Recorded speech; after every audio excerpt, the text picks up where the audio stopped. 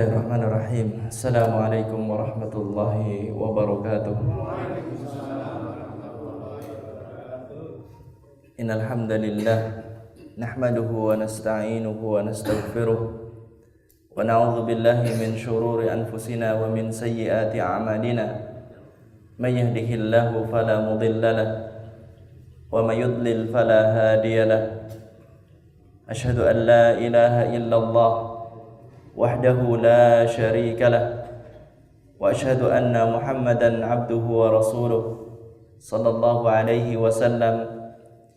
Ya ayyuhalladzina amanu taqullaha haqqa tuqatih wa la tamutunna illa wa antum muslimun. Amma ba'd, fa inna asdaqal hadithi kitabullah wa khairal hadyi hadyu Muhammadin sallallahu alaihi wasallam wa syarrul umuri muhdatsatuha wa kullu bid'atin dhalalah.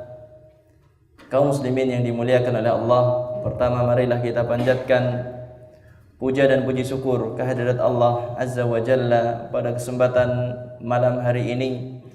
Allah Ta'ala kumpulkan kita di majlis ta'lim. Semoga Allah Ta'ala berkenan untuk menambahkan ilmu yang bermanfaat bagi kita semuanya. Amin ya rabbal alamin. Salawat dan juga salam semoga senantiasa terlimpahkan kepada Nabi kita Muhammad sallallahu alaihi wasallam, keluarganya, para sahabatnya dan juga orang-orang yang mengikuti ajarannya. Kaum muslimin yang dimuliakan oleh Allah, pada kajian yang lalu kita telah membahas tentang wajibnya seorang muslim untuk mencintai Nabi kita Muhammad sallallahu alaihi wasallam. Kita sebutkan beberapa ayat dan juga hadis dari Nabi sallallahu alaihi wasallam tentang kewajiban mencintai Nabi besar Muhammad sallallahu alaihi wasallam dan seberapa besar ukuran kecintaan yang harus diberikan oleh seorang muslim kepada Nabi Muhammad sallallahu alaihi wasallam adalah telah kita bahas pada kajian yang lalu juga. Dan insyaallah pada kesempatan malam hari ini kita akan membahas cinta kepada Nabi sallallahu alaihi wasallam antara bukti dan penyimpangan.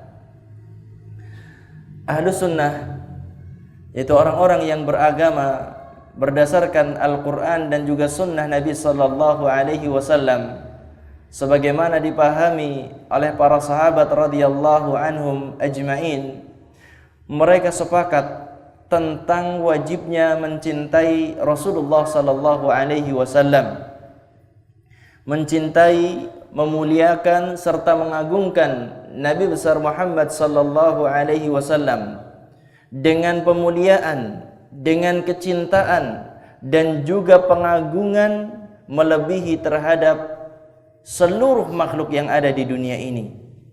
Yang perlu diperhatikan adalah dalam mencintai Nabi sallallahu alaihi wasallam, seorang itu harus sesuai dengan batasan-batasan yang telah digariskan di dalam syariat Islam ini.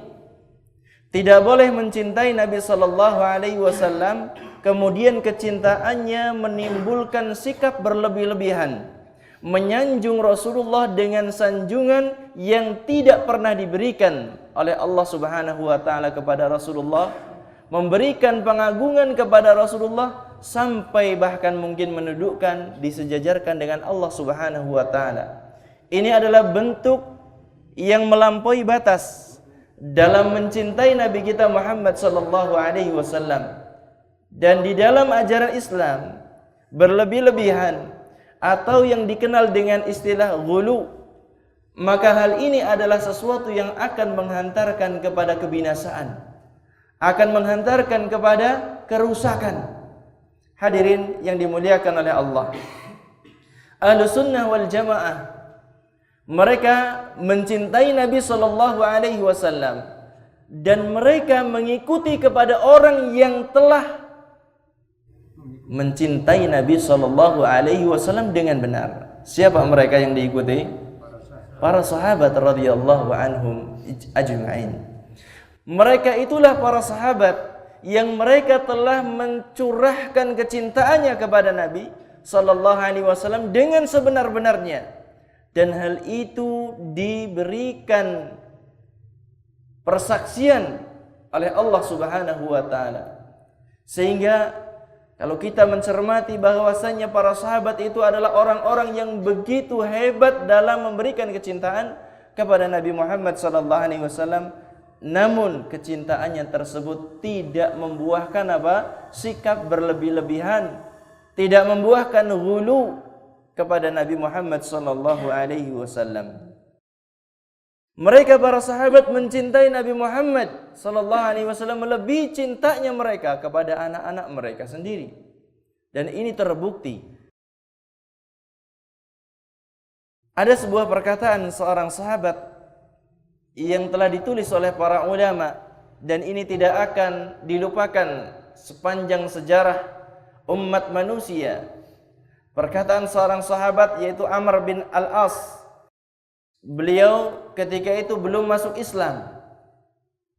Ketika belum masuk Islam, beliau mengatakan, "Wa ma ahadun ashaddu bughdan li Rasulillah sallallahu alaihi wasallam minni." Beliau mengatakan, tidak ada seorang yang lebih membenci Rasulullah sallallahu alaihi wasallam dari diriku. Ini seorang sahabat dahulunya begitu benci kepada Rasulullah sallallahu alaihi wasallam. Bahkan dia mengatakan tidak ada seorang yang membenci Nabi sallallahu alaihi wasallam melebihi kebencianku terhadap Nabi sallallahu alaihi wasallam. Namun setelah beliau masuk Islam, apa komentarnya? Beliau mengatakan, saya bacakan, hadis ini diriwayatkan oleh Imam Muslim. Wa ma kana ahadun ahabbu ilayya min Rasulillah sallallahu alaihi wasallam wa la ajalla fi ainayya minhu.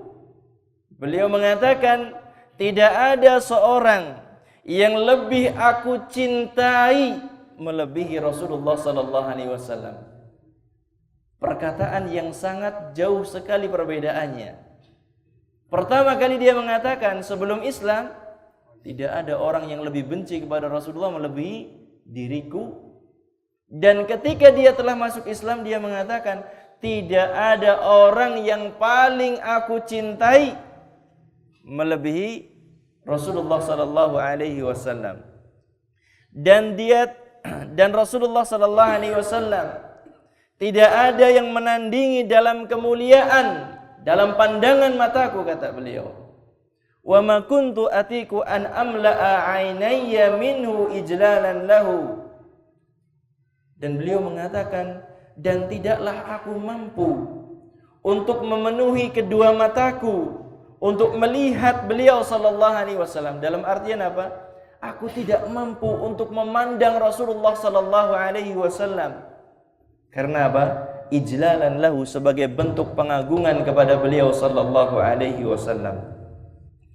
Beliau mengatakan walau su'iltu an asifahu ma ataqtu. Kalau seandainya aku diminta, kalau seandainya ada seorang yang minta kepadaku untuk menyebutkan sifat-sifat Rasulullah sallallahu alaihi wasallam, aku pun tidak akan mampu. Kenapa sebabnya? Karena tidak mampu beliau melihat Rasulullah dengan kedua matanya. Karena apa? Sebagai bentuk pengagungan kepada Rasulullah sallallahu alaihi wasallam. Beliau mengatakan, li'anni lam akun amla'u ainayya minhu. Karena aku tidak pernah mampu menatap dengan kedua mataku, menatap Rasulullah sallallahu alaihi wasallam. Beliau mengatakan, walau muttu ala tilkal hal la rajautu an akuna min ahlil jannah. Kalau seandainya aku mati dalam keadaan itu, aku berharap aku bisa menjadi penduduk surga. Karena apa? Karena mengagungkan Rasulullah sallallahu alaihi wasallam dengan pengagungan yang sangat luar biasa. Tidak mampu melihat Rasulullah secara langsung. Ada nggak di zaman kita sekarang ini seorang tokoh yang mungkin kalau kita ada di hadapannya kita nggak sanggup untuk menatapnya? Nggak ada ya? Nggak ada. Karena tidak ada manusia yang lebih baik dari Nabi Sallallahu Alaihi Wasallam yang pernah terlahir ke alam dunia ini. Itulah bentuk pengagungan yang sangat luar biasa dari seorang sahabat yang tadinya begitu benci kepada Rasulullah sallallahu alaihi wasallam. Lalu bagaimana dengan orang-orang di zaman kita sekarang ini? Bagaimana bentuk pengagungan kepada Rasulullah sallallahu alaihi wasallam? Apakah dengan mengagungkan jasad beliau yang ada di kuburnya? Itu salah satunya. Tidak berkata-kata apa? Tidak berkata-kata kotor, tidak berkata-kata kasar di depan makam Rasulullah sallallahu alaihi wasallam. Merendahkan perkataan di sana, melembutkan suara di sana. Di antara bentuknya seperti itu. Apakah itu saja? Tidak. Ada yang lebih besar dari itu. Yaitu apa? Mengagungkan ajaran Nabi Muhammad sallallahu alaihi wasallam. Mengagungkan sunnah-sunnahnya. Mendahulukan sabda Rasulullah sallallahu alaihi wasallam dari seluruh perkataan manusia yang ada di muka bumi ini. Yang sangat menakjubkan adalah sebagian orang yang menisbatkan dakwahnya kepada dakwah sunnah, mencintai Nabi sallallahu alaihi wasallam dan menghidupkan ajaran-ajaran Nabi sallallahu alaihi wasallam. Ketika mendapatkan hadis dari Nabi sallallahu alaihi wasallam, dia tidak langsung terpanggil untuk menerapkannya. Tetapi ketika mendengarkan perkataan Syekh Fulan telah berkata demikian, dia langsung ikut. Ketika mendengarkan si Fulan mengatakan, Ustadz Fulan mengatakan demikian, dia langsung praktekkan. Seolah-olah perkataan Syekh tersebut, seolah-olah perkataan Ustadz tersebut adalah wahyu yang turun dari langit. Dijamin pasti benar. Seolah-olah seperti itu. Padahal tidak ada seorang setelah Nabi sallallahu alaihi wasallam yang seluruh perkataannya diambil, tidak ada. Siapapun orangnya yang setelah Nabi sallallahu alaihi wasallam, ucapannya itu ada yang benar, ada yang salah. Dan itu merupakan sebuah ketentuan Allah Subhanahu wa taala. Sebagaimana dikabarkan oleh Nabi kita Muhammad sallallahu alaihi wasallam, kullu bani Adam khata'un. Setiap bani Adam, setiap anak manusia itu pasti punya banyak salah. Dan orang yang bersalah, yang paling baik adalah orang yang mau bertaubat, mau kembali ke jalan Allah Subhanahu wa taala. Jadi sangat disayangkan di zaman kita sekarang ini ada orang-orang yang berusaha untuk menghidupkan dakwah sunnah, begitu mengagungkan perkataan gurunya, begitu mengagungkan perkataan syekhnya, tetapi ketika datang hadis dari Nabi sallallahu alaihi wasallam berkaitan dengan halal haram dalam kehidupannya, dalam ma'isyahnya, ternyata dia masih melanggar, masih mengkonsumsi riba umpamanya, masih biasa menghibah, masih biasa apa? Memakan bangkai saudaranya, menghibah maksudnya. Kita dapati banyak orang-orang yang semacam ini.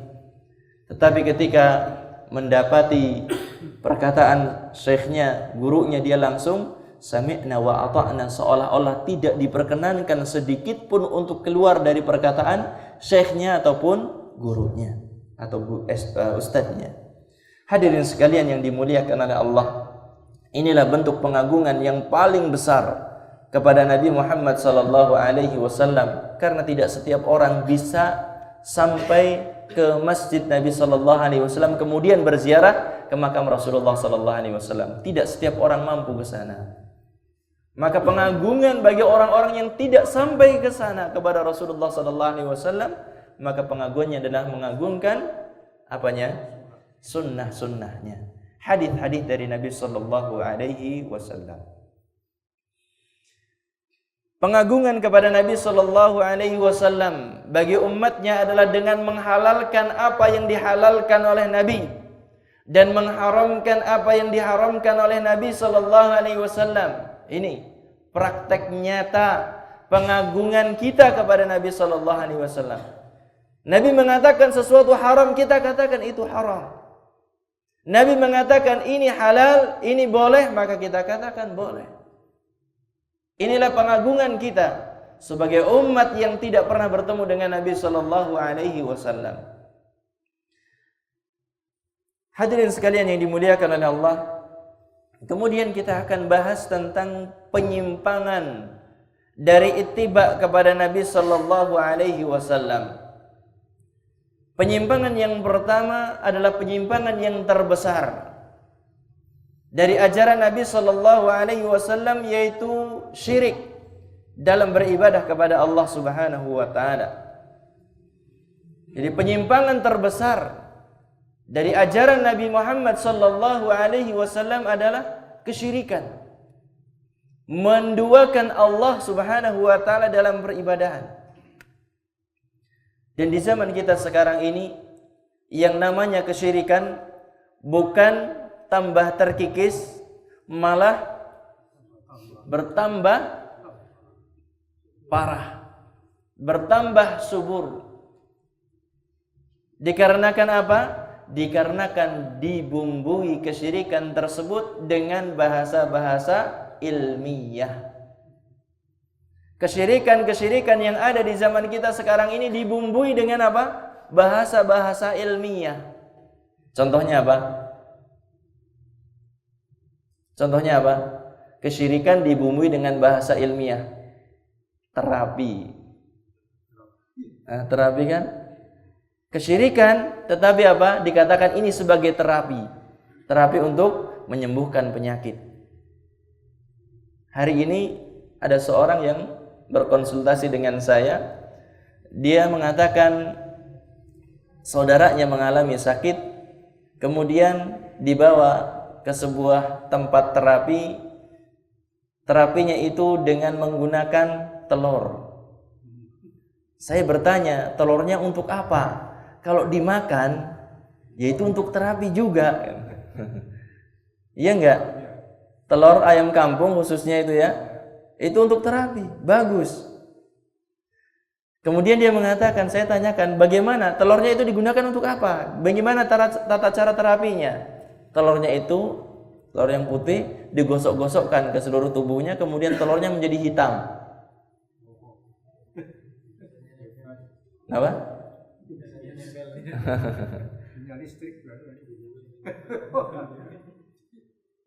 Itu apanya? Dekilnya ya. Karena lama nggak mandi kali itu orangnya itu ya. Kok sampai hitam? Katanya sampai hitam. Kemudian apa? Sampai sembuh Ustaz sekarang. Sampai sekarang sembuh orangnya. Dan keluarganya meyakini bahwasanya Allah yang menyembuhkan. Saya katakan benar Allah yang menyembuhkan. Tetapi apa? Wasilahnya adalah syirik kepada Allah Subhanahu wa taala. Karena tidak pernah diajarkan yang semacam ini. Dari sisi mana telur bisa nyedot penyakit? Bisa menyerap penyakit dari sisi mana? Kalau seandainya ada praktek sihir, praktek perdukunan, yang menentukan terjadi siapa? Allah atau bukan? Yang menentukan Allah. Tetapi sekali lagi, Allah tidak ridho kepada sihir. Allah tidak ridho kepada praktek perdukunan. Yang mentakdirkan siapa? Allah. Jadi seolah-olah kalau kita sudah yakin Allah yang menentukan, jadi itu benar. Padahal Allah Subhanahu wa taala akan meridhoi jika apa? Jika seorang itu mengikuti syariat yang telah digariskan oleh Nabi Muhammad sallallahu alaihi wasallam. Di zaman kita sekarang ini semakin bertambah parah kesyirikan. Karena apa? Kita melihat semakin banyak kuburan-kuburan yang dikatakan sebagai kuburannya orang saleh dibangun, diagungkan, ngalap berkah di sisinya. Kemudian ditambahi lagi dengan apa? Para dai yang senantiasa menyerukan untuk melakukan hal yang seperti itu. Bukan dari lulusan dalam negeri saja, lulusan dari luar negeri pun menganjurkan hal yang seperti itu. Bahkan tasbihnya lebih besar. Kalau dari dalam negeri tasbihnya cuma seujung jari saja. Kalau dari luar negeri tasbihnya sebekel gedenya. Kemudian yang menipu lagi adalah sorbannya, pecinya, jubahnya, jenggotnya, di dahinya hitam, apalagi Istilahnya apa? Wisata religius. Oh, bahasanya kan keren tadi kan saya sebutkan seperti itu. Dibumbui dengan bahasa-bahasa yang indah, yang menarik, wisata religi. Dengan bis patas AC set 22, fasilitas makan sekian kali, snacknya sekian kali. Siapa yang tidak tergiur? Pahalanya kalau sampai berapa kali seperti ibadah haji? 9 kali putaran. Seperti ibadah haji katanya seperti itu. Maka ini adalah sesuatu yang ada di masyarakat kita. Semakin bertambah dengan adanya sarana-sarana pendukung yang lain. Nabi SAW sendiri beliau mengatakan, beliau berdoa meminta kepada Allah Subhanahu wa taala sebagaimana dalam hadis yang diriwayatkan oleh Imam Ahmad yang dinilai sahih oleh Syekh Al-Albani. Rasulullah SAW beliau berdoa memohon kepada Allah, Allahumma la taj'al qabri 'idan. Ya Allah, janganlah jadikan kuburanku sebagai apa? Id. Sebagai tempat perayaan yang seorang itu kembali, besoknya lagi datang lagi, besoknya lagi datang lagi. Dalam hadis yang lain Rasulullah SAW juga mengatakan, Allahumma la taj'al qabri wathanan yu'bad. Ya Allah, janganlah jadikan kuburanku itu sebagai sesembahan yang disembah, sebagai berhala yang disembah. Ini yang diminta oleh Rasulullah SAW kepada Allah. La'anallahu qauman ittakhadhu qubur anbiya'ihim masajid. Allah Ta'ala mengutuk, Allah Ta'ala melaknat satu kaum yang menjadikan kuburan nabi-nabi mereka sebagai masjid, sebagai masjid-masjid, dalam artian sebagai tempat ibadah. Mau membaca Quran harus ke kuburan, mau berdoa harus ke kuburan, dengan persangkaan bahwasannya bacaan Al-Qur'annya lebih makbul, doanya akan diijabahi oleh Allah Subhanahu wa taala. Ini keyakinan yang menyebar di masyarakat kita. Begitu banyak kesesatan yang terjadi di pekuburan-pekuburan orang-orang yang dikatakan sebagai orang soleh. Ada tawaf, ada ngalap berkah, ada nyium kubur, bahkan sampai sujud kepada kubur itu terjadi. I'tikaf. Nah, kalau tidur saja ya enggak. I'tikaf. Berdiam diri di situ dengan tujuan untuk mendapatkan apa? Mendapatkan barokah. Hadirin sekalian yang dimuliakan oleh Allah Subhanahu wa taala, inilah yang ada di zaman kita sekarang ini, yang tersebar di masyarakat kita sekarang ini, memiliki begitu banyak macam bentuk kesesatan, kesyirik, yang semuanya itu adalah apa? Kesyirikan ataupun mungkin wasilah menuju kepada kesyirikan kepada Allah Subhanahu wa taala. Kalau seandainya seorang mau menggunakan akal sehatnya sajalah, insya Allah dia tidak akan terjerumus ke dalam kesyirikan. Menggunakan fitrah yang lurus, menggunakan akal sehatnya. Kenapa? Kalau orang yang sehat saja kita minta kadang-kadang tidak mau memberi kepada kita. Orang yang mampu, orang yang sehat, orang yang kaya kita minta hartanya belum tentu ngasih. Orang yang punya kesehatan kita minta tenaganya belum tentu mengasih ke kita. Lalu bagaimana dengan orang yang sudah mati? Yang sudah berkalang dengan tanah, yang mungkin sudah menjadi tanah. Jasadnya sudah tidak berwujud. Kita minta, dari sisi mana dia akan bisa memberikan bantuan kepada kita?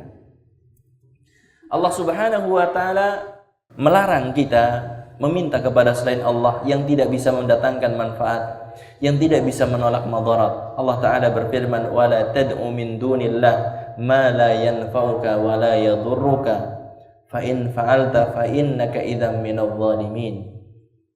Di dalam surat Yunus ayat yang ke-106. Janganlah engkau menyeru selain Allah, zat yang tidak bisa mendatangkan manfaat bagimu, tidak pula bisa menolak madarat jika madarat itu hendak menimpamu. Jangan seru yang semacam ini.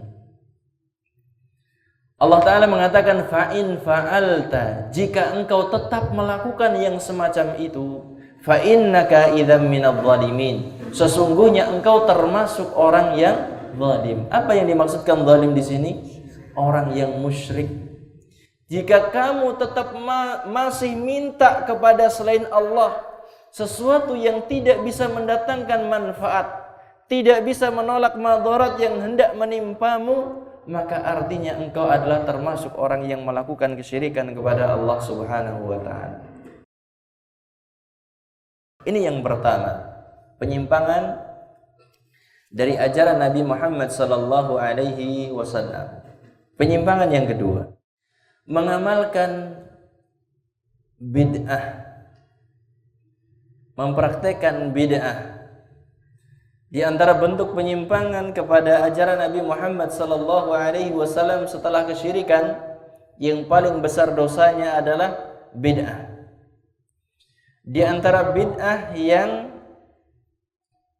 dilaksanakan dalam bentuk suatu ritual yang didengung-dengungkan oleh sebagian orang sebagai cinta kepada Nabi Muhammad sallallahu alaihi wasallam adalah peringatan Maulid Nabi sallallahu alaihi wasallam. Apa artinya peringatan Maulid Nabi? Peringatan Maulid Nabi artinya peringatan hari lahir Nabi Muhammad sallallahu alaihi wasallam.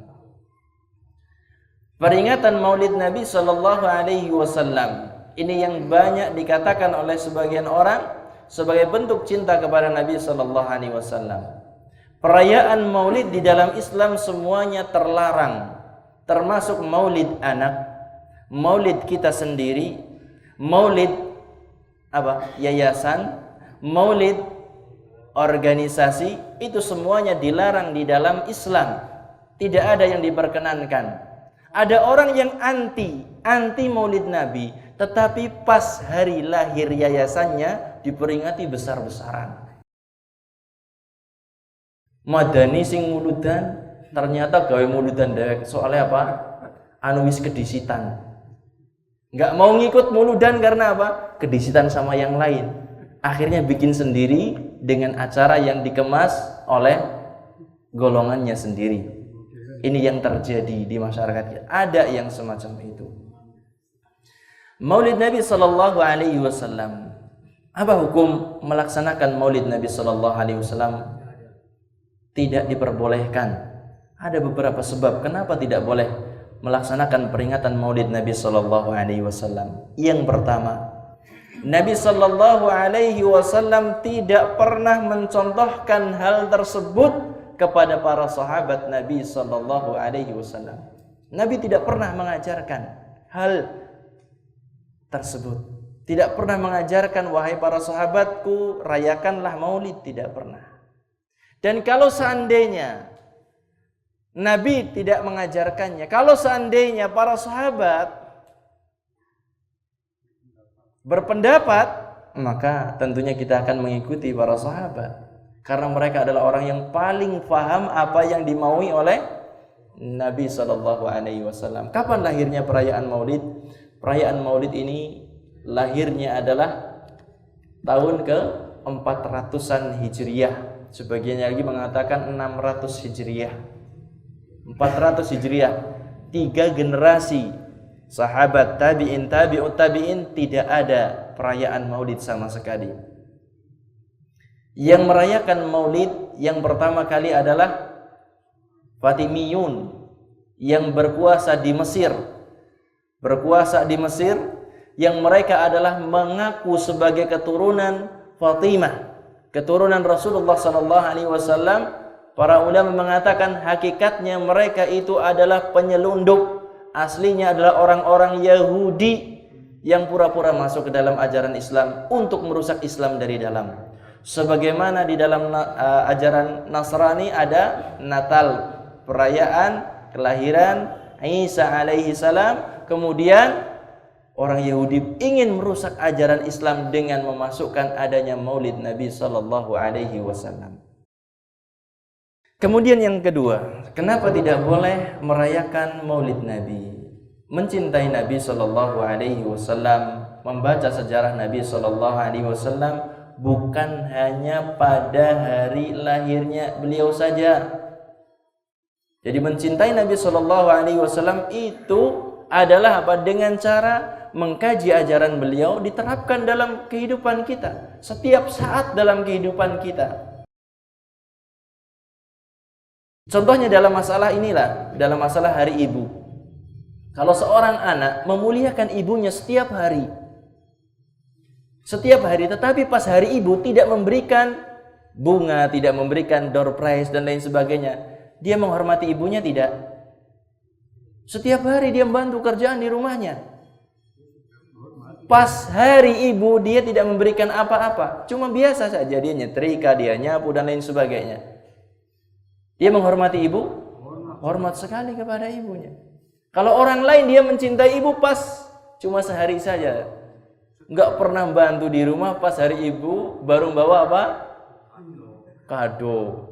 Kadonya harganya paling berapa? Mahal bungkusnya saja. Kadang-kadang seperti itu. Ini adalah cinta dusta. Demikian juga kalau seandainya ada orang mengaku cinta kepada Nabi cuma satu hari saja, ini adalah dusta. Dalam kehidupannya tidak pernah menerapkan ajaran Nabi Sallallahu Alaihi Wasallam. Kemudian yang selanjutnya, yang ketiga, meneladani Nabi Sallallahu Alaihi Wasallam dengan ittiba, bukan dengan ibtida. Telah meneladani Nabi, mengambil contoh dari Nabi Sallallahu Alaihi Wasallam itu dengan cara mengikuti sunnahnya. Mengikuti sunnah Nabi Sallallahu Alaihi Wasallam bukan dengan membuat sesuatu yang baru, bukan dengan menambah-nambah di dalam Islam ini ajaran yang tidak pernah diajarkan oleh Nabi Muhammad Sallallahu Alaihi Wasallam. Kemudian yang keempat, kelahiran Nabi Sallallahu Alaihi Wasallam itu diperselisihkan oleh para ulama. Dan kebanyakan ulama wallahu alam yang saya tahu berpendapat bukan tanggal 12 Rabiul Awal, tetapi sebelumnya. Pendapatnya tanggal 9. Wallahu a'lam, itu yang saya baca. Harinya wallahu a'lam. Tahunnya tahu Pak, tahun gajah.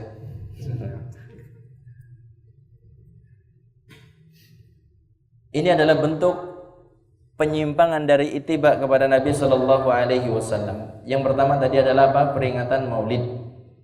Yang kedua, mengamalkan salawat-salawat bid'ah. Mengamalkan salawat-salawat bid'ah.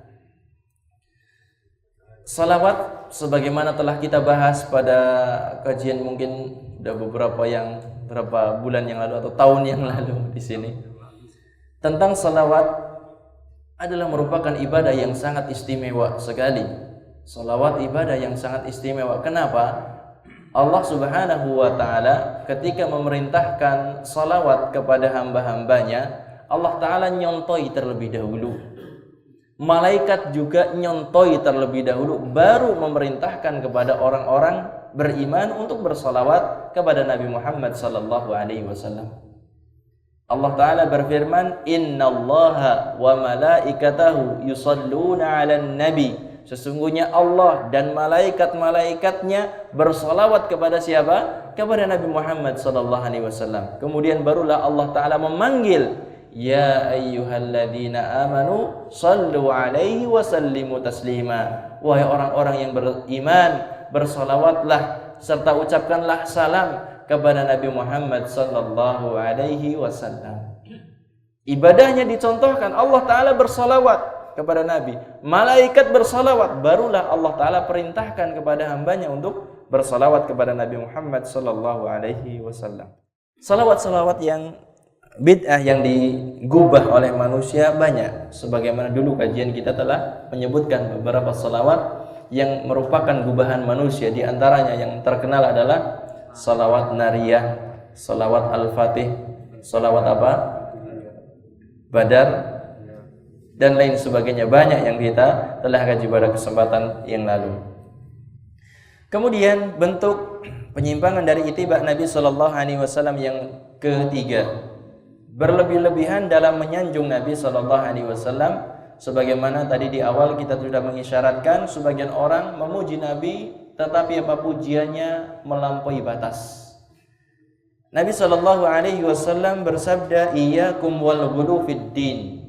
Jauhilah oleh kalian sikap berlebih-lebihan dalam beragama. Fa inna ma ahlaka man kana qablakum al ghulu fid din.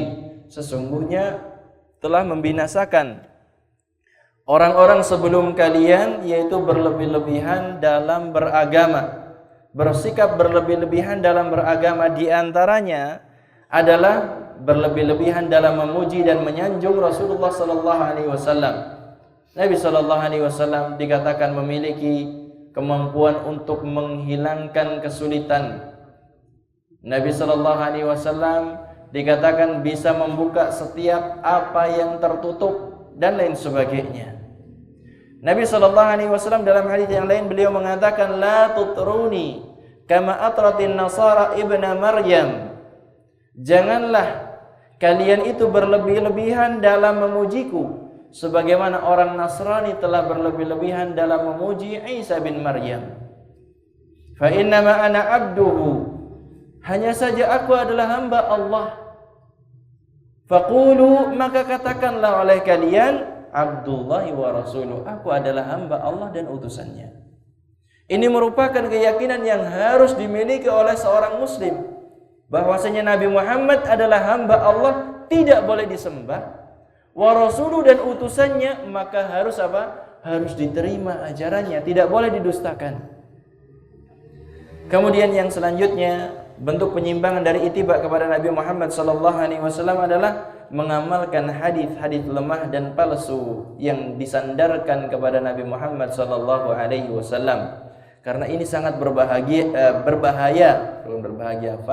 sangat berbahaya sekali kalau seandainya seorang menyandarkan sesuatu kepada Nabi Muhammad SAW, padahal itu bukan dari Nabi Muhammad SAW. Dalam hadis yang diriwayatkan oleh Imam Bukhari, beliau SAW mengatakan, man kadzdzaba alayya muta'ammidan falyatabawa maq'adahu minan nar. Barang siapa yang berdusta atas namaku dengan sengaja, siapa saja yang sengaja dia berdusta atas nama Nabi Muhammad SAW, maka hendaklah dia bersiap-siap tempat tinggalnya di dalam neraka.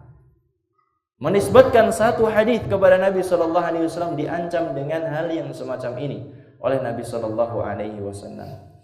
Inilah yang bisa kita pelajari pada kesempatan malam hari ini, bahwasanya cinta kepada Nabi SAW perlu bukti. Buktinya adalah apa?